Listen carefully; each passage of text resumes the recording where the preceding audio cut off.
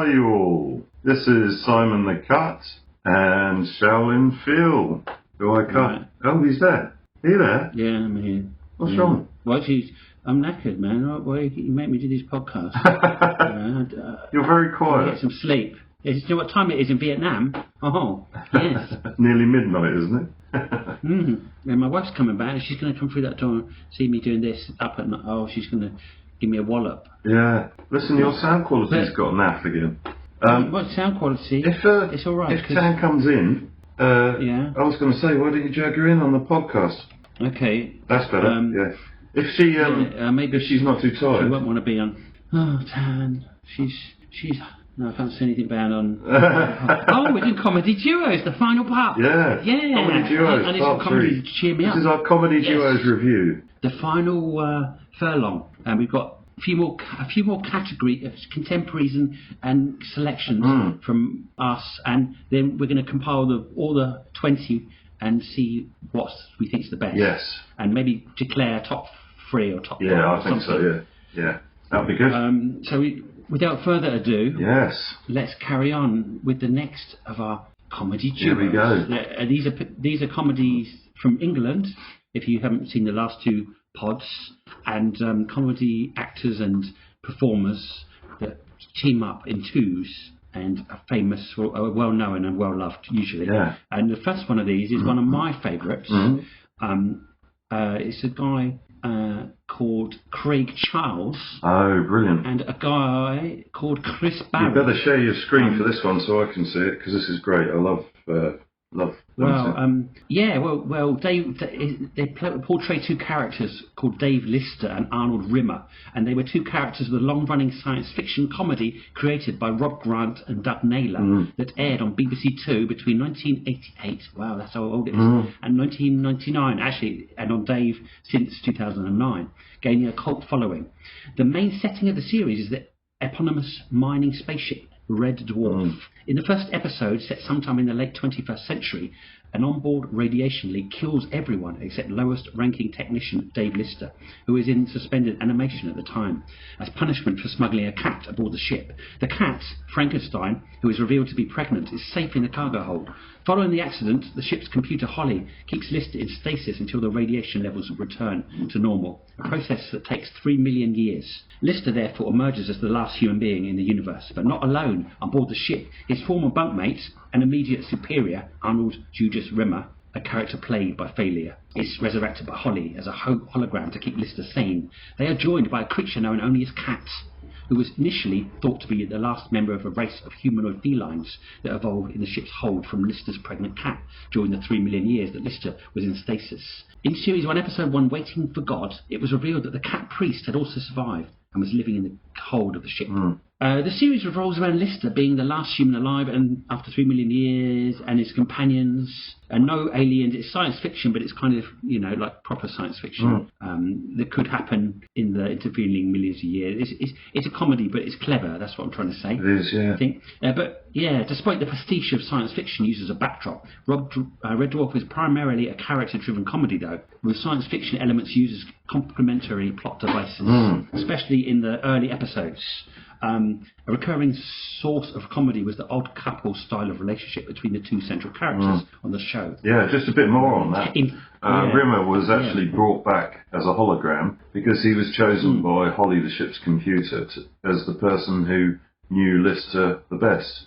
Out of all the conversations that they'd had, which the computer had a record of, they were the 2. Rimmer was the one that Lister had spoken to the most, apparently.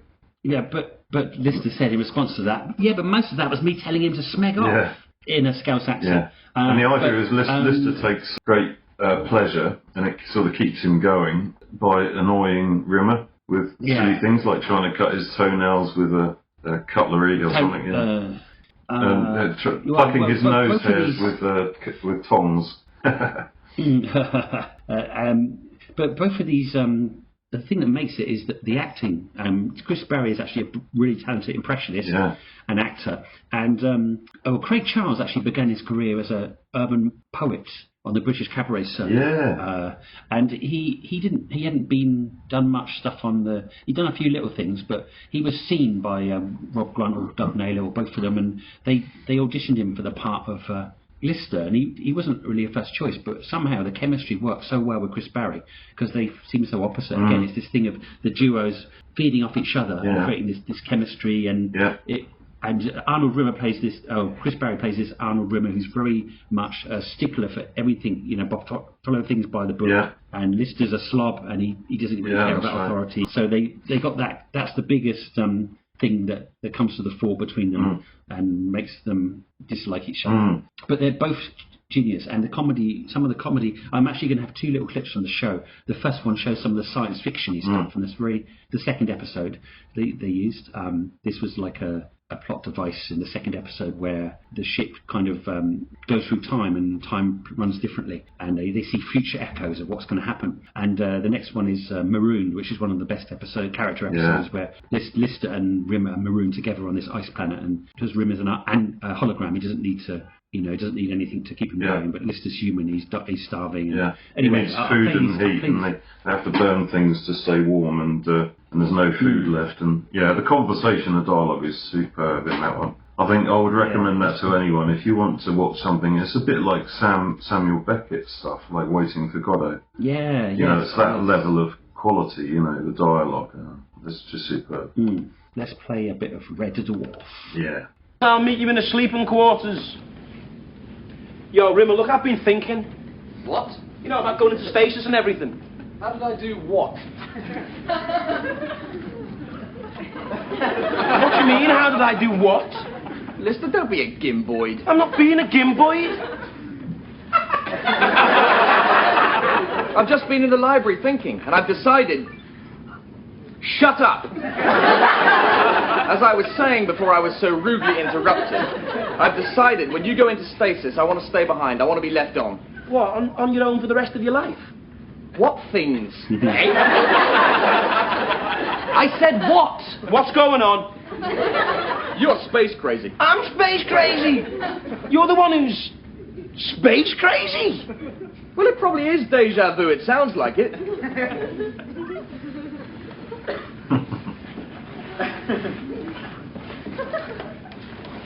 Rimmer!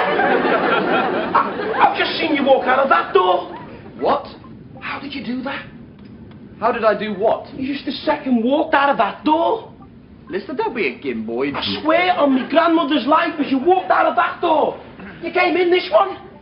I've just been in the library thinking, and I've decided... Rimmer, I'm telling you. Shut up. As I was saying before I was so rudely interrupted, I've decided when you go into stasis, I want to stay behind. I want to be left on. Rimmer, you just come in and said exactly these things. What things? You said that. I said what? And that. You said that. You are space crazy. And then you said, well, it probably is deja vu. Well, it probably is deja vu. It sounds like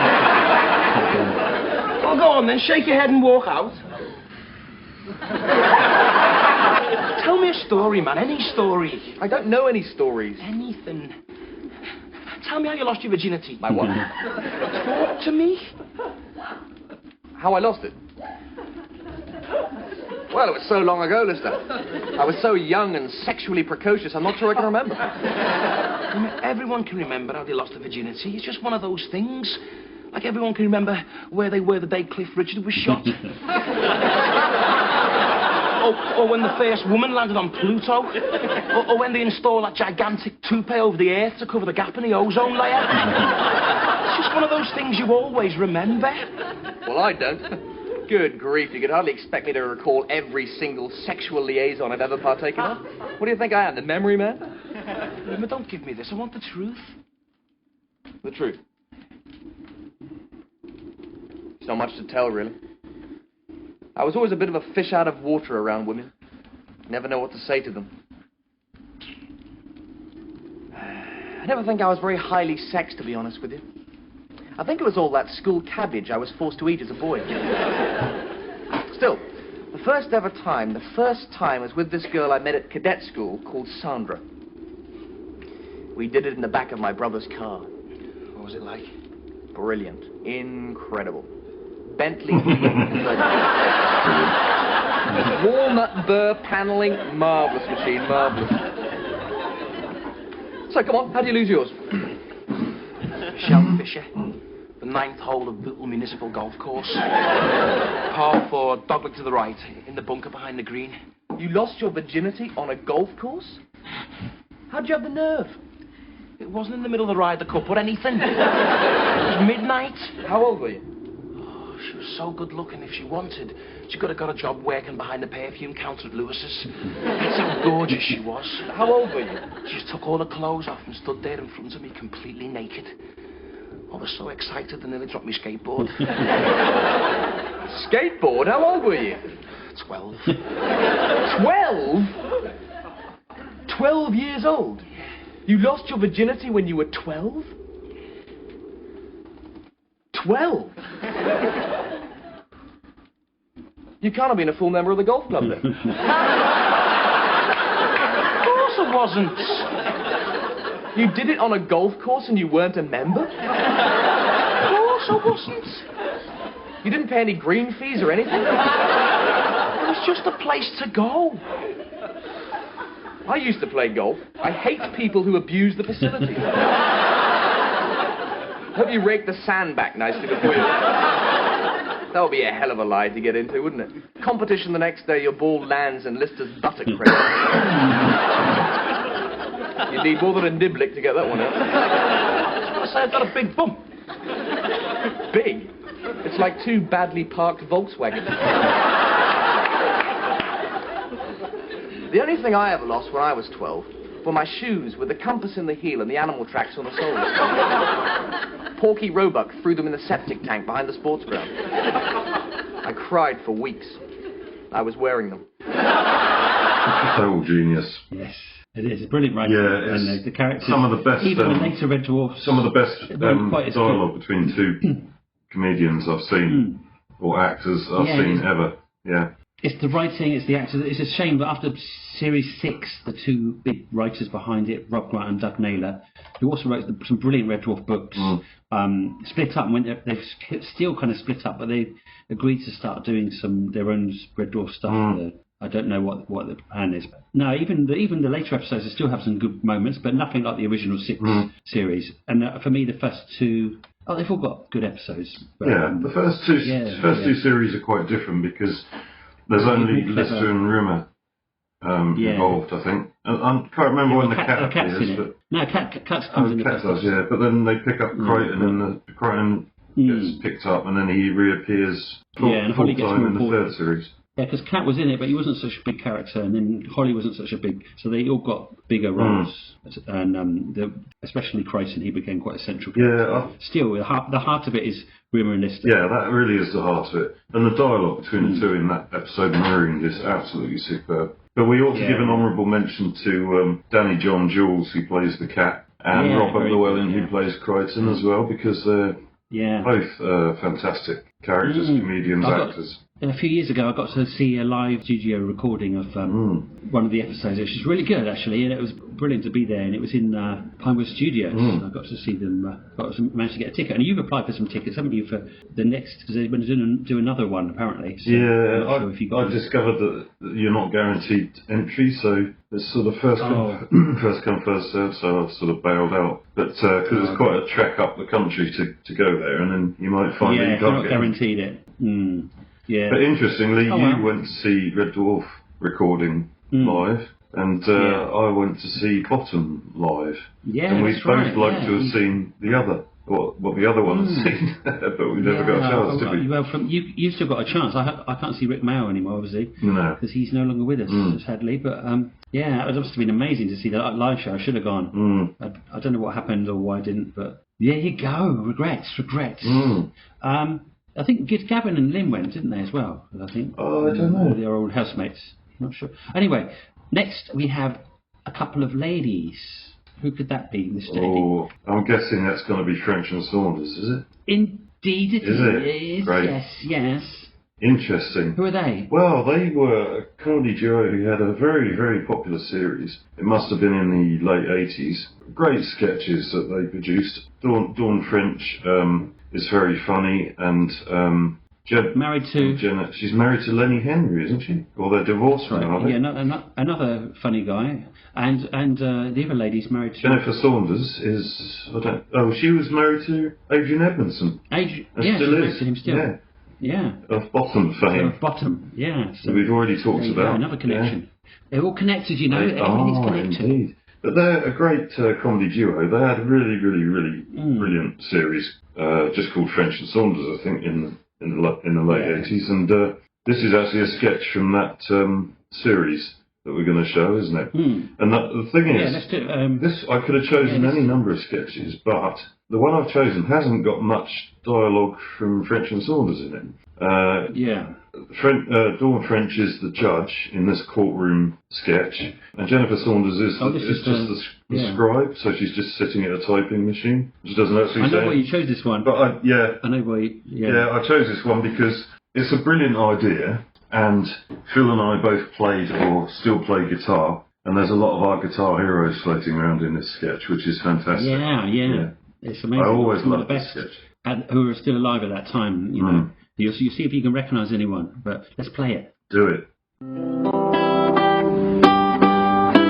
are you getting on with that? It's not sounding too bad, this.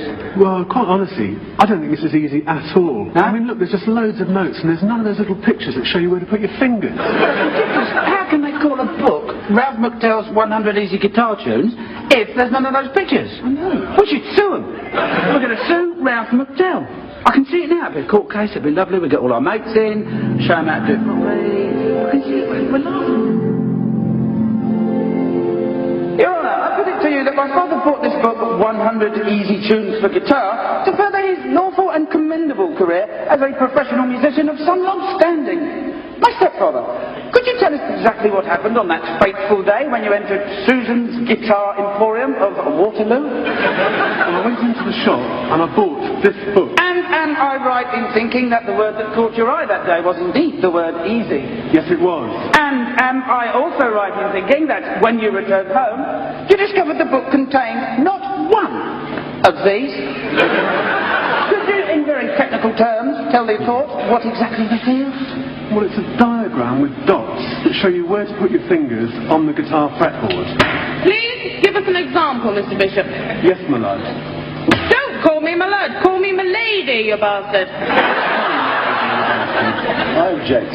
I can play one of the tunes in this group. Objection sustained. Proceed with an example, please.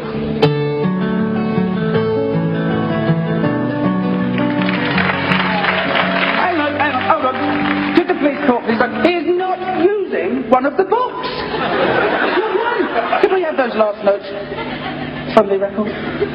Right, now, if we could address ourselves to page 62, where Mr. McTell dives into the world of popular music with one Money for Nothing, a Dire Straits number. My father could not make head nor tail of this piece. So, I call my first surprise witness, a man who had the misfortune to write this number. He is, of course, Mr. Mark Knopfler.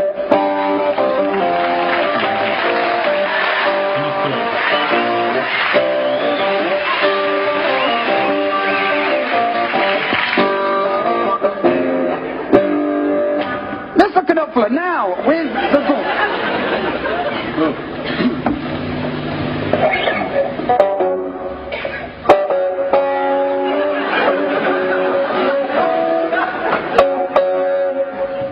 Is there a problem? Well, it's very difficult without exactly the thing for the fingers. Without Exhibit A. Thank you. I'd like to call now a number Ace of Spades. A number written by a man called Lemmy of Motorhead. Can we please call Lemmy of Motorhead?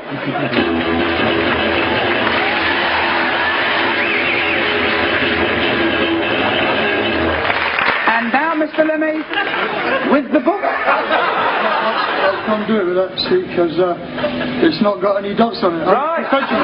Yes. Exhibit A. That's brilliant. I'm a professional. That's brilliant. That was it. We didn't see sorry. We didn't see Pink Floyd. Yeah, I'd cut it off just before Dave Gilmour, unfortunately, but because it's a really brilliant sketch, but it's very long, so I didn't show the whole thing, but brilliant, good writing and a clever idea. Again, all this stuff has good ideas, whether it's executed brilliantly or you know. It's a very simple idea, but they do it so well. And I want to give an honourable mention to the two fellas who are the main comedians there in this sketch. Even though French and Saunders are in there and it's on their show, they're a duo called Raw Sex, and I don't know their names. I've never seen them in anything else, but they appeared in that show in every episode, doing little sketches. Wow. Yeah, and they're absolutely brilliant, really funny. I've heard of them. Yeah, I've heard of them. Do you know who else is absolutely brilliant though? This is a weird one because I tried to fit this into a comedy duo, although it is kind of, and that is Simon Pegg and Nick Frost. Well, they're two British actors who have worked together in TV and film for many years. Their real-life friendship forming a bond that translates well to the screen, particularly under the guise of director Edgar Wright, starting with the sitcom Spaced, about the comedic and sometimes surreal and action-packed misadventures of Daisy Steiner, played by Jessica Stevenson, and Tim Bisley. So this is about two 20-something Londoners, blah, blah, blah. So they decide to move in together and instead of squatting and after Tim's kicked out by his ex-girlfriend. So it's about this relationship. But Tim Bisley's best friend is a guy called Mike Watt. I loved Jessica Stevenson as Daisy Steiner. I think Spaced is a fantastic show. Recommend everyone to watch it. The reason I picked Simon Pegg and Nick Frost, who plays Mike Watt, because they went on to make several well-loved movies. They after the Space, they knew each other way back in the day. These two, and they made this other films with Edgar Wright, which what is referred to as the Cornetto trilogy, which is the Zomcom, Shaun of the Dead, a film called Hot Fuzz and World's End. And there's a fourth movie said to be in the works in the Cornetto, soon to be quadrilogy. How do you say four? Quadrilogy. Yeah, probably. Something like that. But what many fans may not know is that Simon Pegg and Nick Frost were originally flatmates before working on Space together. A Guardian article from 2011 states that the two met when Pegg's girlfriend and Frost were waitering in a restaurant. At the end of the shift, Pegg went for a curry with Frost and the rest of the staff. A 2013 independent article also includes Pegg commenting, "We've gone from being flatmates and roommates to drinking buddies to fathers and husbands. We've moved away from each other and our friendship has always stayed as strong as it's ever been." When you watch these two, you can feel this real-life friendship between them. It's hard to imagine Nick Frost working as a waiter for the rest of his life, however, considering the fame he's accumulated from his previous roles. It's this chemistry... not my microphone. Technical issues. Skip that. Cut that bit. This chemistry between Pegg and Frost is legitimate. Both men are incredible actors, but their friendship and their ability to work with each other in a comedic setting make their roles that much better. I'm going to show you a quick clip of Pegg and Frost from a little-known film called Shaun of the Dead. Oh, yeah. Fucker. You got your pint? You got your pig snacks? What more do you want? Oh. Your favourite monkey?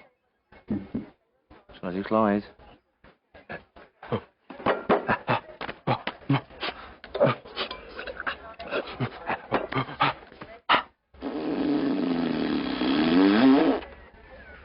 See, I knew you'd get over it.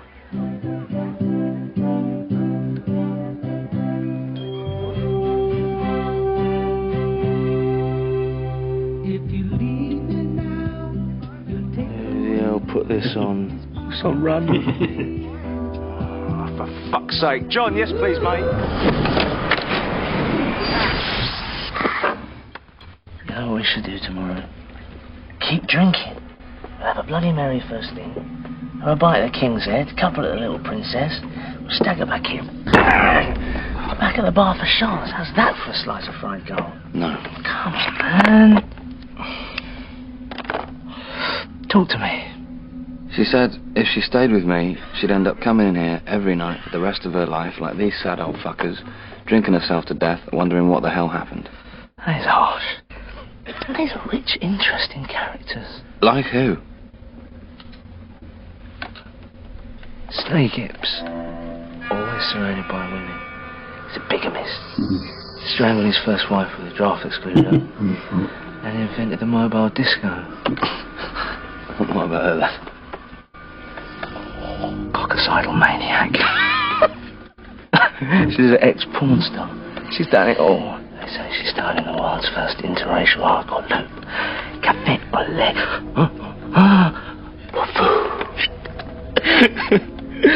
Okay, what about John then? He's North London Mafia. It's true, Big Al says so. Yeah, well, Big Al also says dogs can't look up. Think about it. Andy with a blade, gruff demeanour, Bernie the trophy wife. He's connected. Why do you think there's a rifle above the bar? Because the pub's called the Winchester. Exactly. See? You don't need Liz to have a good time. Oh, I don't, man. No. No, hey, look at me. Can I just say one more thing? I'm not going to say, there's plenty more fish in the sea. I'm not going to say if you love her, let her go. And I'm not going to bombard you with cliches. But what I will say is this. It's not the end of the world.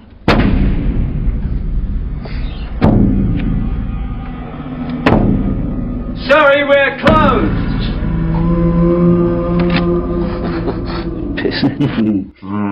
Yes, the writing again, the acting is brilliant, and it was such a great film. And George Romero, the big zombie honcho of Night of the Living Dead, who revitalised the zombie, and some say brought it back from the dead. And he loved that film, and he even cast them he got him a little cameo in his next zombie film. Those two are so good together, and you watch so many of their films, even the non-Edgar Wright films like Paul are quite good. But yeah, Edgar Wright is such a good director. I love his editing and his energy.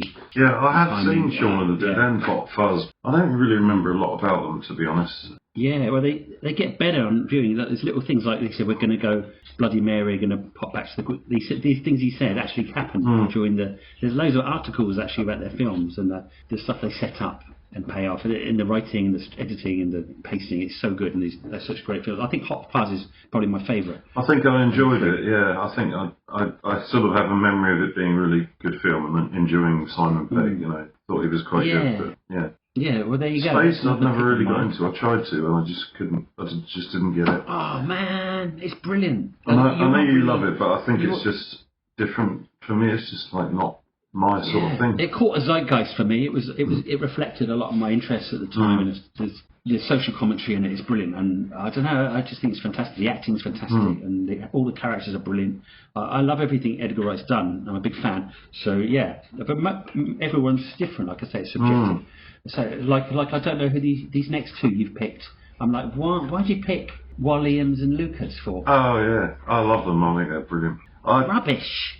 I'm joking. Yeah, no, I think they're excellent. I first heard them on their radio show, because they did this thing called Little Britain as a radio show. First of all, I think it was on Radio 4, and I used to drive a long way to work down at Brighton, and I could get this on the radio, and I think I had the CDs of their radio show as well, and I used to play them in the car. And then it transferred to television. And it's interesting what we were saying earlier, about you could tell which ones have been started on the radio, because they're normally into dialogue and they talk a lot. There's a lot going on verbally. Yeah. And the ones that have always been on television and not radio tend to be quite sort of quiet sometimes, and it's just about visual stuff, So I think, to be honest, I don't really know how they got away with this series, Little Britain, because it's so full of terrible stereotypes that aren't politically correct. Yeah, it certainly hasn't aged well for some people, and it's a very Marmite show. I mean, you like it or you hate it, I think. But people do love the characters, though. I mean, Andy and Lou. Yeah. Andy and Lou, people really love them, and so Andy's a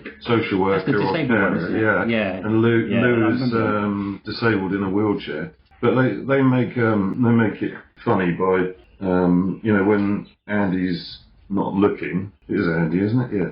When he's not looking, Lou will get up out of the wheelchair, run over to some other people and beat them up and get in a fight, and then run back to the wheelchair, all before Andy turns around and sees him. That's a brilliant. One of their brilliant sketches. It's like a lot of these sketch shows. They do the same kind of joke, but they do it in a different way each time. Like Fast Show does. It's the same.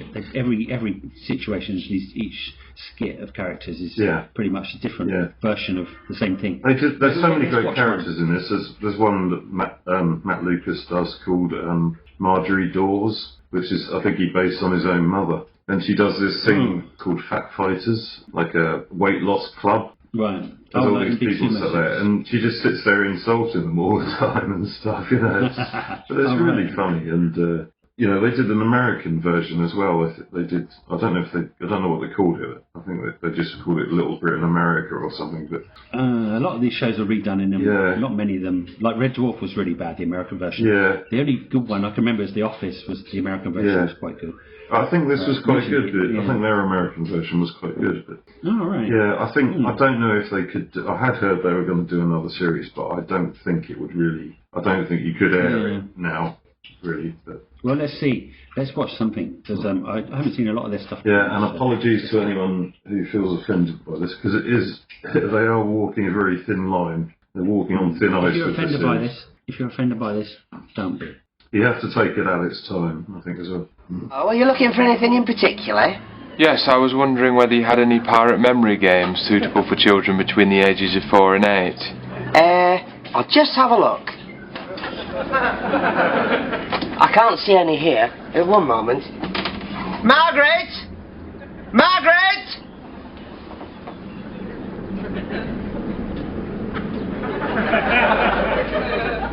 Yes? There's a gentleman here wants to know if we've got any pirate memory games. Ages 4 to... Ages 4 to 8. Oh, we should have some. All by the farm toys.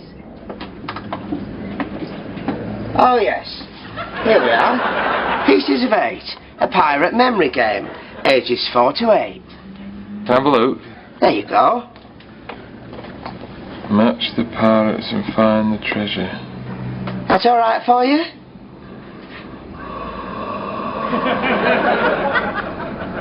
Have you got any other pirate memory games? It's not quite what I had in mind. I can't see any here. One moment. Margaret! Margaret! What? Have we got any other pirate memory games? What? Have we got any other pirate memory games? No. I think that's the only one they do. She says she thinks that's the only one they do. What's wrong with that one? What's wrong with that one? I wanted something a little less piratey. He wanted something a little less piratey. All right. Have you tried Simmons? Have you tried Simmons on the high street? Yes, I've just been there. Oh, I don't know what to suggest. Is there a shop near here that specialises in pirate memory games? I'm not sure. Margaret will know. One moment. Margaret! Margaret! Is there a shop that specialises in pirate memory games? Near here. Near here? I don't think there are any in the local area, no. She says she doesn't think there are any in the local area, no. Okay, I'll just wait.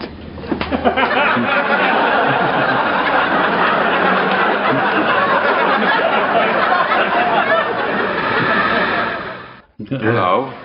He's a quite disturbing character. Yeah. I didn't know. Yeah, but you see what I mean about not politically correct, because that could easily be someone who has difficulties with mental health issues, and you know, and they're just taking the mickey out of someone like that. But so I don't, I don't. It sort of makes me cringe a bit, and I don't really approve of it. But I did love it at the time, and I think it's one of those. But that's the whole. I think if you can't laugh at yourself and others, then it's your problem, matey.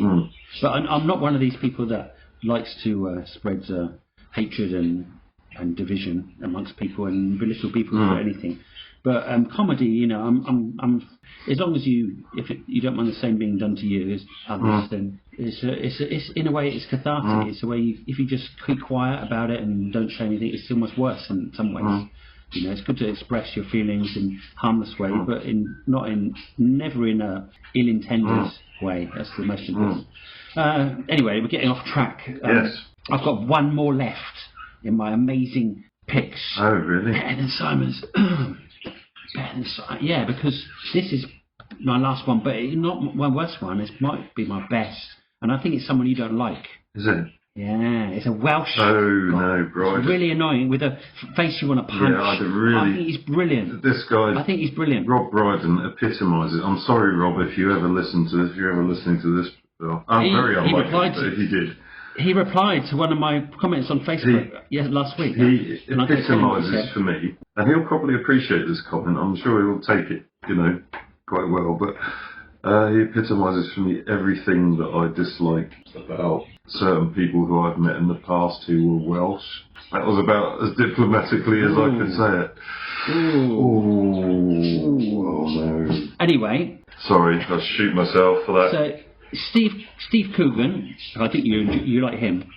He was actually in the Laurel and Hardy. I do like Steve. He played Stan Laurel. Yeah. He's a very good actor. Yeah, we talked about that, didn't we? He was brilliant as Stan Laurel in that film. Yeah, and he did a good performance. It was quite nasty to watch as Jimmy Savile more recently. I didn't like the actual... Is it like a mini-series? Yeah, I haven't seen that, but I've heard he was scarily he was brilliant. Yeah. But the actual... I thought it could have been better, but it was good. Really dangerous and risky thing to do, though, for your career, isn't it? Yeah, you can cripple your career, yeah. Steve Coogan and Rob Brydon, these two impressionists, mainly, they started out doing impressions. Yeah. To me, it's a good example of how putting the right two people together can result in comedy gold. Because what I love about these two, I'm going to show two clips. The first of them is just them talking on a podcast. And they don't even need a script, these two. If they just ad-lib, they can just talk, and I think they're funny. It's just subjective, of course. They also did the show called The Trip, which is just them talking and going around the country. I've seen some of that, and it's quite making fun of it. Yeah. It is, and they just basically try and upstage each other with their impressions and say, I'm better than you. And they're always just ripping the mickey out of each other. And I heard of both Steve and Rob for a long time before seeing The Trip. I saw Rob Brydon in Marion and Jeff and some other shows which are brilliant. And actually, when I worked on a film called Noble in Vietnam, the lady who worked for me as an AD, second AD, she was also second AD on The Trip. So that made me watch. That's how I watched The Trip, because I want to see some of the stuff she's worked on, and I loved it. It follows Coogan and Brydon's kind of fictionalised versions of themselves. As a continuation of the improvised performances in the film A Cock and Bull Story, also very good. Also directed by Michael Winterbottom. Michael Winterbottom's a great director, and that's another reason why this is... He kind of guides it into a story, but it's basically them talking. I found the show thoroughly refreshing. I love how both of them play off each other. And what was the show that Steve Coogan was in where he was a DJ and they made a film of it as well? And I can never remember. Alan Partridge. Yeah, that's it. Alan Partridge, yeah. He was a DJ on Norfolk Radio or something. Yeah, I love that as well. That movie was pretty good actually in places. It just had me laughing out loud so much, you know. The show was better than the movie, but the movie wasn't bad for one of these spin-offs. Yeah, but I'm going to show you. Well, the first clip you're going to see is a clip of Coogan and Brydon in this podcast, and then it can go straight into the trips of them doing impressions. So let's go. Here we go. It was. Are you all right, love? I'm just a bit hot, but I've been running up the escalator. I use the tube, Rob. I like to mix with ordinary people. When was the last time you used the tube? Use the tube? What are you talking about? Do you? Yes. Oh, don't no one hassle you? Well, yes, but no. Oh, you like it? But I like it. I love the attention. No, they don't. I think you can really overestimate this thing of but people with it, because generally it's just someone looks and says hello. Yeah. What's the big deal? Yeah. I know, yeah, well that's Anyway, that's why I'm a bit sweaty. All right. So you did this before when it was remote, when I was in my office, and it was over the internet, and my producer said to me, you know that one you did with Steve over there, it was a bit stilted with the internet and everything. And I said, it'll be stilted in real life as well, if we're face to face. Well, I mean... And there we are. There we are. So what are you up to? I've not seen you for ages. You've always I'm working on a pilot for a sitcom for Rob Brydon, which I've got high hopes for. The script's great, and if Rob can deliver on the performance, I think we'll be home and dry, and we'll get it away. He's a worry, though, isn't he? Because... he's drifted into light entertainment. He's a very talented character actor, which I've always felt he neglected. He did those adverts. I mean, you just wonder. Just wonder. Has he got a bit lost? I think he's broadened his appeal, and that's good and bad, because whilst it waters down his original brand, it also makes him more accessible, more saleable, and therefore an asset. And if you can rediscover the edge that he had early on, then everyone's going to be happy. The only thing is that behind the sort of veneer of affability, there's quite a particularness that can grate when it comes to Stephen Hawking's story. The Stephen Hawking story. You're the God and the universe and wasn't a very big place and when there were stars and didn't you went and big black holes. If you took all the material and Robin Bryden has done on and Brady go for pedal shows and yet little done end to end they would still not be funny. You know, wine makes me feel quite sophisticated, a bit like, you know, James Bond ordering a martini. I'd like a martini, shaken, not stirred. I want it now. Don't make me wait. I'll have a vodka martini, shaken but not stirred. I'll have a vodka martini, shaken, not stirred. I'll have a vodka. I'll have a vodka. You look very worried. So do you. No. You should take a look at your face. I'd like a vodka martini, shaken but not stirred. I'd like a vodka martini, shaken, not stirred. Come, Mr. Bond. You derive just as much pleasure from killing as I do. Come, Mr. Bond. You get just as much pleasure from killing as I do. I was saying that bit. All right, no, but just don't caricature. Try and do it real. Come, Mr. Bond. Shut up! Don't tell me how to act. Well, I bloody should do. Why? Because sometimes you tend to sort of, you know, crank it up a bit. You know? Yeah. Whereas you are widely regarded as the king of understatement. All right, I would do like this. Come, Mr. Bond. You get just as much of. Come, Mr. Bond. Try and get the lines right. All right. As a rule, it's more effective if you don't fluff the line. Okay, but I'll deliver it with a nice bit of understatement. Come, Mr. Bond, you get just as much pleasure from killing as I do. That was the all right, worst. Okay, all right, this is it. Come, Mr. Bond, you get just as much pleasure from killing as I do. Come, Mr. Bond, you get just as much pleasure from killing as I do. Fucking yeah. No, you went up at the end, like you watch Australian You see what I did on my face? Come, Mr. Bond, you get just as much pleasure from killing as I do. Come, Mr. Bond. You derive just as much pleasure from killing as I do. When I kill for Queen and country. Though I admit, killing you... Come, Mr. Bond. You derive just as much...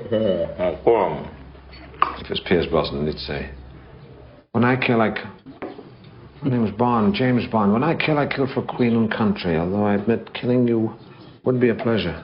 You know, I've never liked artichokes, and there's nothing... I do with Liam Neeson. Hi. Look, if you let her go, that'll be the end of it. But if you don't, I will hunt you down. I will find you. And I will kill you. Liam Neeson. I do this for a living. If you let her go now, that'll be the end of it. One man. Searching for But if you don't, I do this for a living. I will hunt you down. I will find you. What was his job? And I will kill you. What did he do for a living? He worked for the CIA. Supply teacher. No.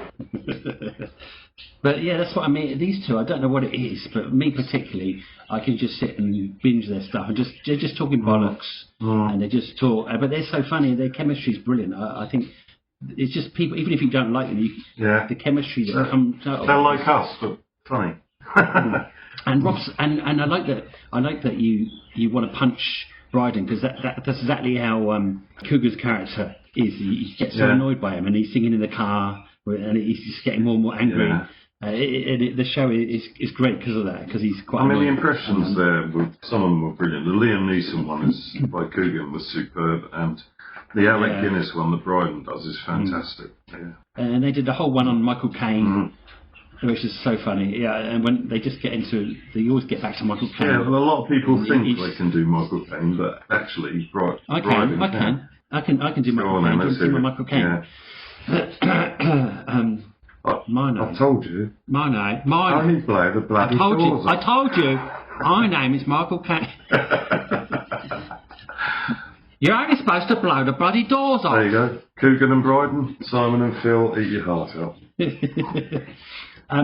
So that's my last one. I got one more for you. Although we got this, we might have 21 because there's another one as well. Oh, but have we've still got Black's books floating around. Do we yeah. Do you want to do that first, or do you want to do your other one? What's the other? Oh no, leave that one till last. It's two brothers, and this is more kid fare. I've got to say these two. I don't really know how this is in here. They are brothers.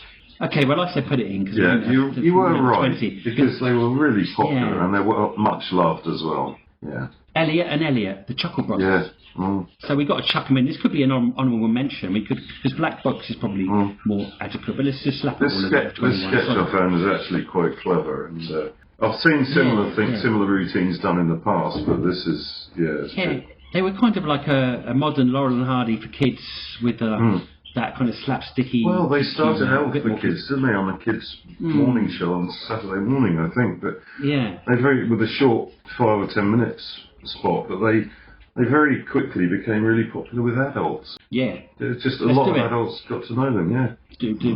Good win on Saturday, wasn't it? It's about time. Barry. Yeah? Could I have a word, please? Of course, Jim, yeah. Sorry to trouble you, but what is it? Remember you borrowed £10 from me the other day, didn't you? Oh, yes, I did. Thanks for that. That was great. Well, I'm a bit short, you see, and I could... No, I'm a bit short. Yeah, no, but I need the money back, if you don't mind. Oh, right. You want it now? Please, if you've got it. Can you just hang on a sec, Jim? Yeah, sure, yeah. Just a minute. Paul? I'm in a bit of trouble. I'm a bit short. I know you are. You always have been. No. I need £10. You've not got £10 you can lend me, have you? 10 quid? Yeah. I don't think I have. Hey? No. I've only got 5. Will that do? Well, that'll do for a start, yeah. Thanks. Oh, you're welcome to that. Hey, thanks, Paul. Thanks. Jim? Yes? Yeah. You know that £10 I borrowed off you? Yeah. Well, I've not got the £10, but I've got £5. Oh. So if I give you that £5, I still owe you £5. Oh, that's fine, yeah. Is that all right? Yeah, of course it is. Oh, great. Thanks a lot, Jess. Yeah, it's good. Hey, Jim. Yes? You haven't got the £10 I borrowed from me last week, have you? Oh, I borrowed 10 quid. I forgot about that. Well, I hadn't... Simon, I've got a 5. am I learning maths? If I give you that, will that be all right? Yeah. And I still owe you 5. I'm not learning, maths. Cheers. Okay, You're making me learn maths. Hey, Brian. What is it, Barry? What? Remember last week you borrowed that £10 off me? Yes, I did, didn't I? Yeah, you've not got it on you, have you, by that? I haven't, Barry. No, I've got a fiver. A fiver? Yes. Same one back again. Fiver? Yeah. Yeah, no, I owe you 5. Well, that's all right. Is that all right? Yeah, that's fine, thanks. Cheers, Barry. Jim! My brain's hurting. Yeah. You know that £10 I borrowed off you? Oh, yeah. I gave you £5, didn't I? You did, yes. Well, if I give you that £5, that's me and you square. Of course it is. Okay. Hey, thanks. Good. That's good. Oh, Brian. Hey, what? You know I borrowed £10 off you. You did, yeah. I gave you 5, didn't I? I got the 5, yeah. Well, there's the other 5. Yeah. Now we're square. Oh, good lad. Barry, yeah, you know that £10 that I owed you? Yes, you gave me 5. I gave you 5. Yeah, look, well, there's the other 5. Now you and I are square. Hey, thanks, Brian. All right, great. Cheers, Barry. Paul. That's clever, actually. Oh, cheers, mate. Okay.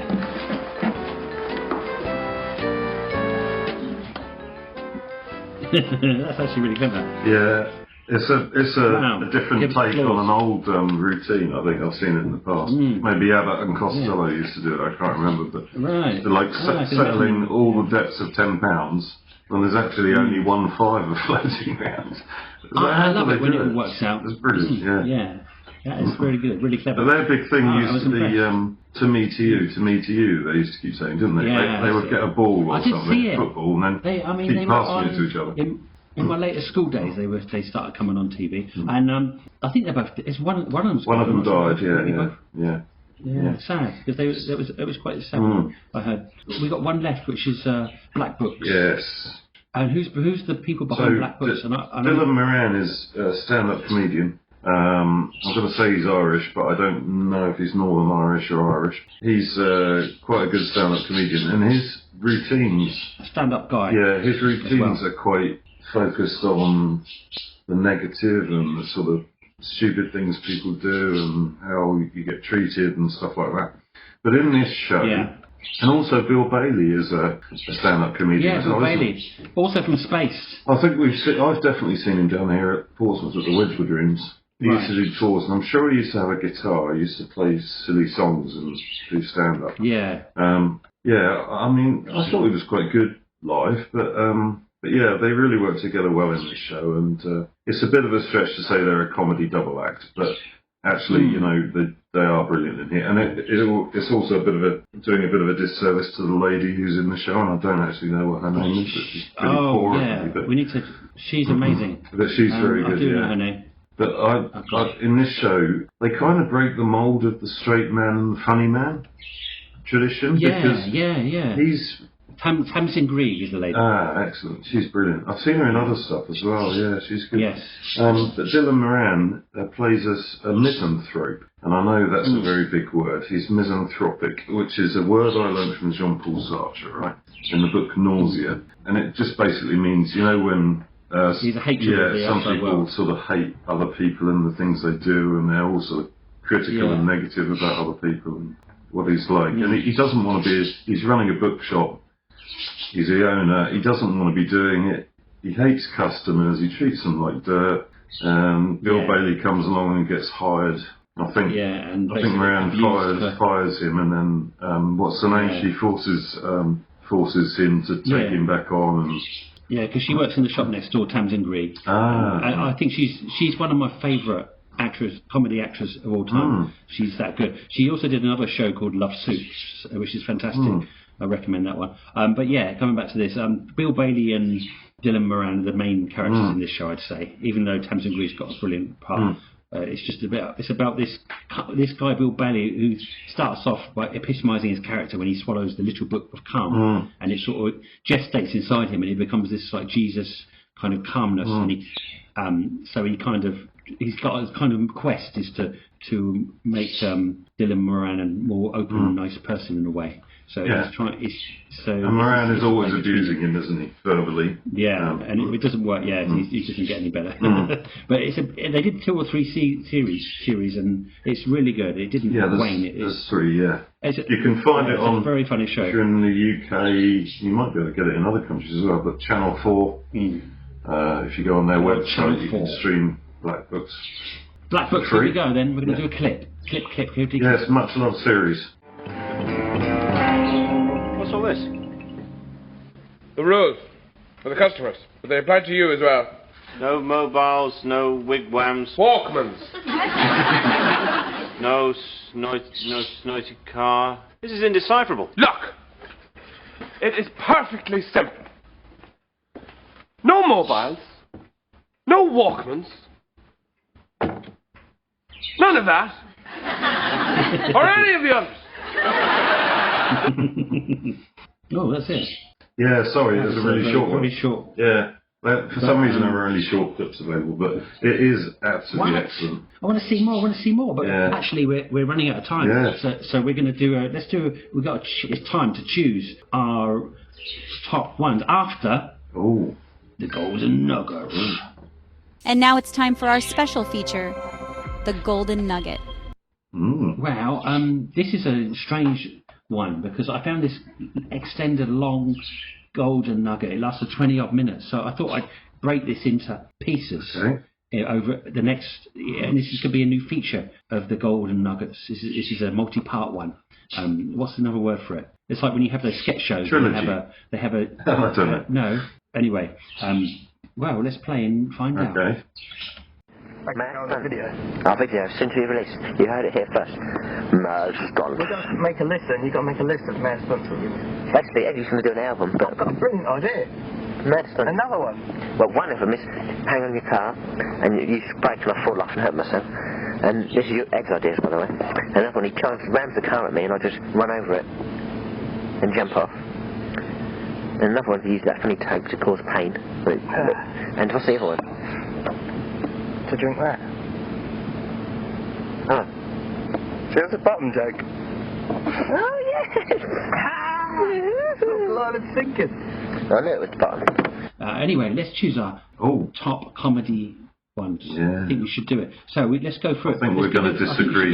We should go for it. I think we should go for each one and both give it out of 10. And then look at the high scores. Okay. Let's say Lauren Hardy. You're going to record 10 out of 10 for me. Oh, yeah. I'm writing them down. Yes, Yeah. 10 out of 10 for me. Lauren Hardy for you. I would say 7. Get out. 7 out of 10. All right. Corbett and Bramble. Oh, I stepped on the sun. That's an 8 for me. Yeah, I want to say 6. Jeez, he's harsh, this Eddie. Corbett and Barker. Well, you're going in high. There's nowhere left to go. Corbett and Barker. Lauren Hardy, mate. Lauren Hardy is the roof. I think Corbett and Barker are actually extremely good. So I'm going to say 7. I might even say 7.5. 5 for me. Because they're good, but like I say, they don't pay off. They're brilliant. They're geniuses. I love them, but they don't pay off their jokes enough. Jason and Lyndhurst. Only Fools and Horses. I'm going to say 7 again. I love Only Fools and Horses, but it kind of got a bit shitter as it went on a bit. So you said 7. And I'm just going to say 7. Oh no, I feel bad because it's one of the best love. I mean, they're just perfect for the roles, aren't they? Perfect for the characters. Yeah, I feel bad to say 7, but it's right because it's below. Step Towards Sun for me is just clever. It's my style of comedy, I guess. It's different. Hale and Pace. 1. Oh God. Yeah, I'm just not interested. No, are they better than Corbett and Barker? Oh, probably not. But I'm going to give him a 5 as well. Miles. Oh, sorry, no, they're not. They're nowhere near Corbett and Barker. Fry and Laurie. Do you know what?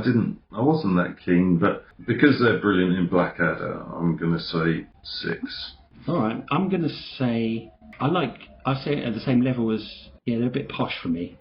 So 5 as well. 5, and you said 6, yeah. Enfield and Burke. Kathy, this is Harry Enfield. I actually rate Burke much higher than Enfield, so I think because it's only me. Because she's in there, I'm going to say 7 again. Wow. Tempted to go for 8, but yeah, 7. I say 7 as well because they are. I think she's an 8 and he's a 7, to be honest. But yeah. So you give it? I'd say 7.5 if I was. Yeah, go 7.5. Yeah, if I'm allowed 0.5s. And I'm going to do a 7.5 as well, just because of Kathy. Charles and Barry, man, Red Dwarf, Boys from the Dwarf. They're super. I've definitely got to go 8 for them. I'm going 10. Yeah.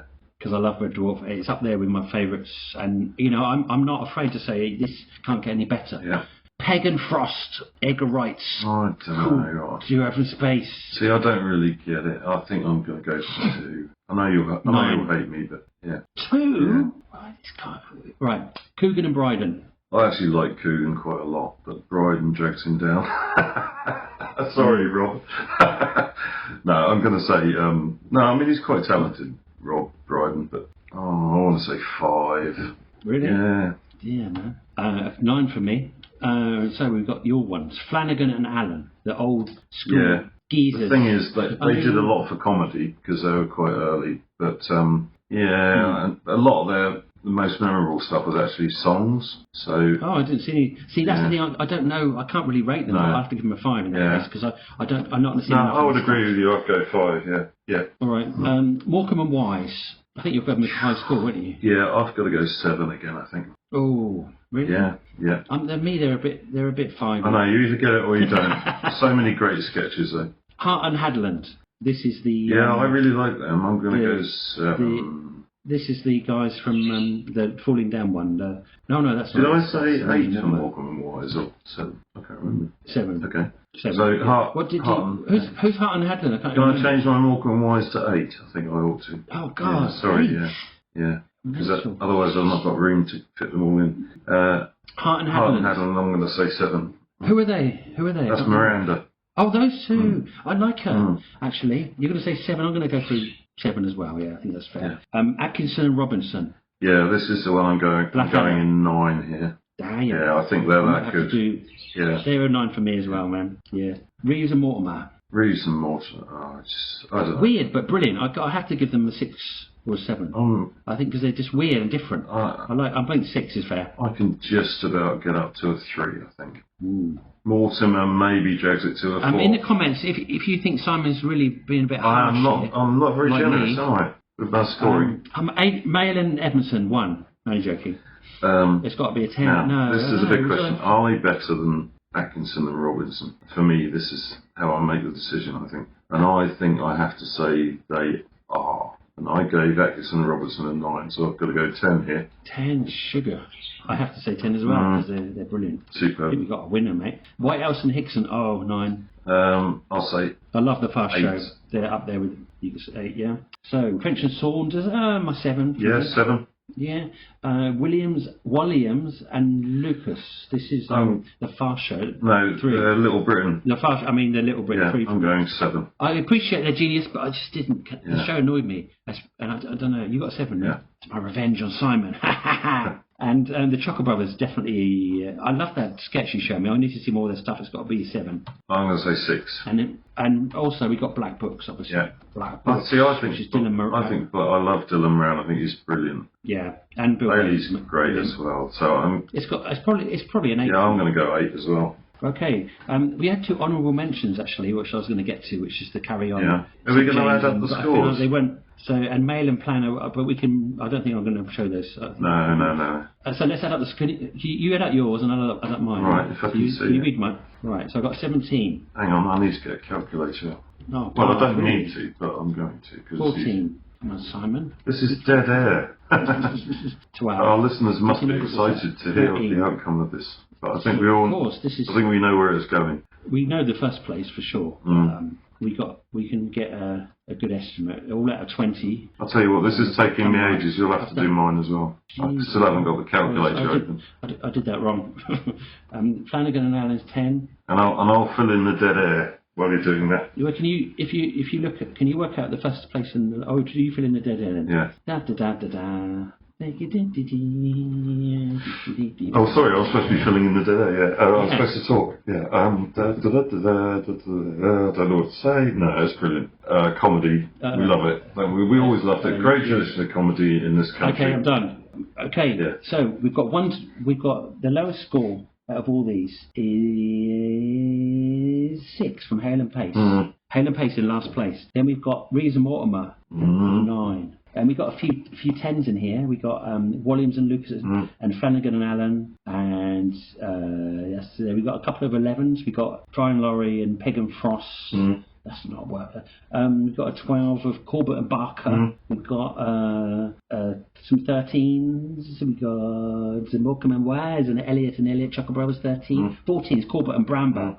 We got James and Lyndhurst, Only Fools and Horses at 14. We got Coogan and Bryden at 14. Boo, shame. We got Hart and Haddon at 14. We got French and Saunders at 14. We got any 15s? Yes, we got Enfield. Harry Enfield at 15. At 16, we got and Black Books at 16. And Lauren Hyde at 17. And we got Whitehouse and Hickson at 17. At 18, we got Chris Red Dwarf at 18. And Actions and Roberts at 18. And coming in to finish, we got that 20 points. We have bottom with Rick Mail and Adrian Emerson. So what was our top 3 then? Was it Rick Mail and Adrian Emerson number 1? Blackadder number 2. Right, the joint 2. So we can fight about. Who was third then? Red Dwarf. And Blackadder, a joint second. So who's best? I'm going for, I don't know, it's hard, isn't it? Blackadder and Red Dwarf are so good. Yeah. I think Red Dwarf for me, because I've grown that show. I think I agree. If I had a half point, I love Blackadder as well. If I had a half point to chuck around, I'd throw it at Red Dwarf. Yeah.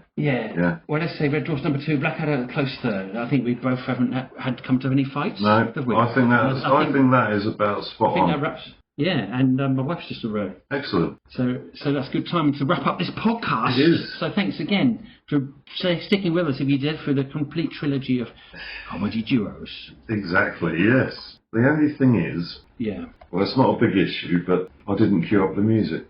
But it's all right. It's just coming any second now. Yeah. Neon City by the Exits. That's Phil's cousin's old band. My cousin. And it's about. Yeah, thanks, Ray, for all these. And the song is about Portsmouth. And it's called Neon. And Ray actually allowed us to use this, didn't he? So very kindly for no royalties. I hope he did. One day he's going to come and collect. Yeah. Here we go. See you later. Bye bye. Sometime soon.